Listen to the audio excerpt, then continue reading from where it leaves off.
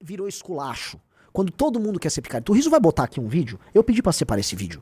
Que é, eu não sei quem é o cara, tipo, você tem que me explicar o nome desses caras, tá? Mas que tá lá, a tal da Virgínia, né? Logo após ir na CPI, veja só como ela foi se comportar lá com a galera. Olha isso.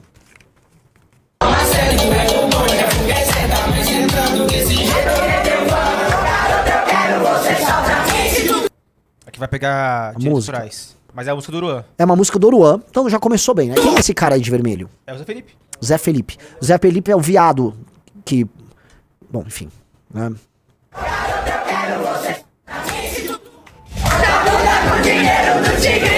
Pausa. Então, a música do Oruan falando sobre ganhar dinheiro com o tigrinho. Isso. E aí o lixo humano, a asquerosa Virgínia, tá lá pulando. Isso. Olha lá que legal.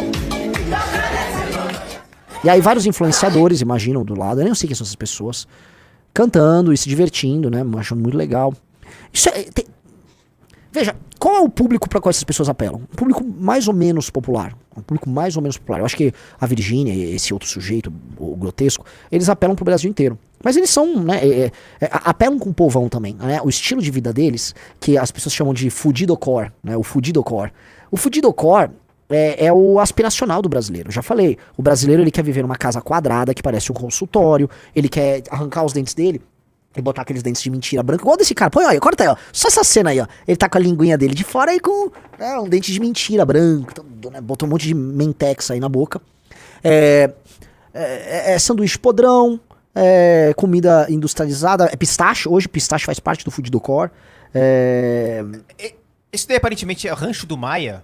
O Rancho do Carlinhos Maia? O Rancho do Maia, o Carlinhos Maia, é a representação do fudidocore. É a linguagem de rede social que esse brasileiro comum gosta. Se você pegar a lista de pessoas que estão nesse Rancho do Maia, você vai ter mais um surto aqui na live. Aparentemente. Ex da mãe de Neymar é expulso do Rancho do Maia após agressão. Thiago Ramos, ex da mãe do Neymar. Quem que eu vou falar, cara? Quem que eu vou falar? Essas pessoas, cara... as redes sociais, elas são democráticas. Alguém vai negar? Por serem democráticas e pelo fato do capitalismo ter em si uma natureza muito democrática, e eu vou falar, democrático não é elogio, tá? Você acha que democracia é um elogio, você está bem confuso. Bem confuso, tá? Por ser muito democrático, né? Não só ele apela, como ele influencia. Então ele apela para aquilo que é popularesco e influencia o que é e deve ser popularesco. Então a democracia, desculpa a redundância, ela é muito democrática, né? Então os Cleitinhos estão aí e explicam isso, mas o Nicolas tá aí e isso se explica também. Um cara como o Nicolas é a coisa mais establishment que tem. O Nicolas é profundamente establishment. Ele é da Neopentecostal da Lagoinha, que é uma igreja disso aí, né? Com aquele outro cara lá que vocês sabem que gosta lá, né? Vocês sabem, não vou entender, vocês já entenderam, né?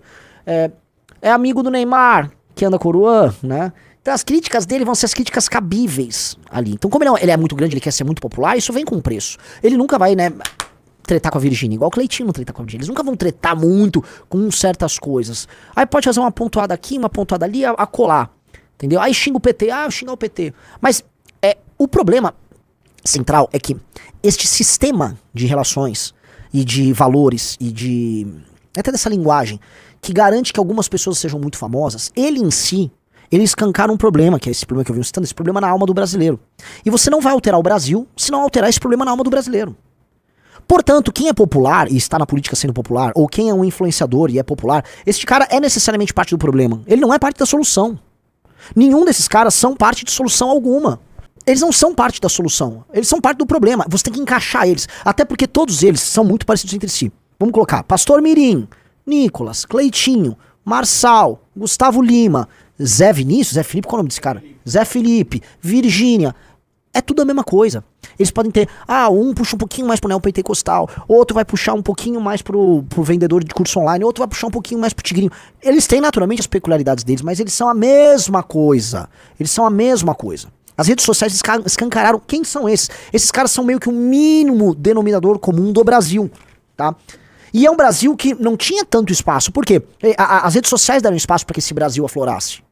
E esse era um Brasil que eles se opõem, em certa medida, ao Brasil mainstream, que é o Brasil tocado pela Globo, e o Brasil tocado Globo / Folha de São Paulo, que criaram uma espécie de um mainstream fake, que é compartilhado por certas elites urbanas progressistas. Então, a resposta popularesca essa elite mainstream que a gente tem aí, essa coisa meio USP, meio Leblon, meio Jardim Botânico, é esse mundo, que não é em nada melhor do que o outro. São dois mundos merda, ambos têm que ser superados. Porque um é uma tentativa de imitar a elite progressista nova-iorquina, norte-americana, tá? Essa merda cosmopolita, eixo Rio-São Paulo.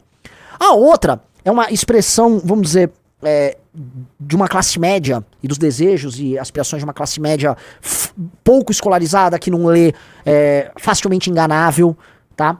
Que foi se criando sozinha, por si só, tá? Não tem muitas referências que não, vamos dizer, grandes produtos que elas queiram consumir, ou estilos de vida que elas queiram viver. Elas são fruto de um capitalismo estranho, que é o capitalismo brasileiro, que criou, como um slot dos Goonies ali, né, um monstro. Esse monstro a gente tá vendo aí, tá? Esses são esses vendedores de tigrinhos, são essas figuras que elas são grotescas. Vocês precisam entender que elas são grotescas. E elas são diferentes, sei lá, da Pablo Vittar, que é um representante pop desse mundo cosmopolita, entendido como o mundo dos globais. E esses dois mundos ficam em choque, aí você olha pros dois e fala, eu odeio esses dois mundos. Você tem que odiar esses dois mundos. Você tem que odiar. Entenda um negócio. Eu odeio o mundo da Virgínia, Cleitinho, Neymar, que é a mesma coisa.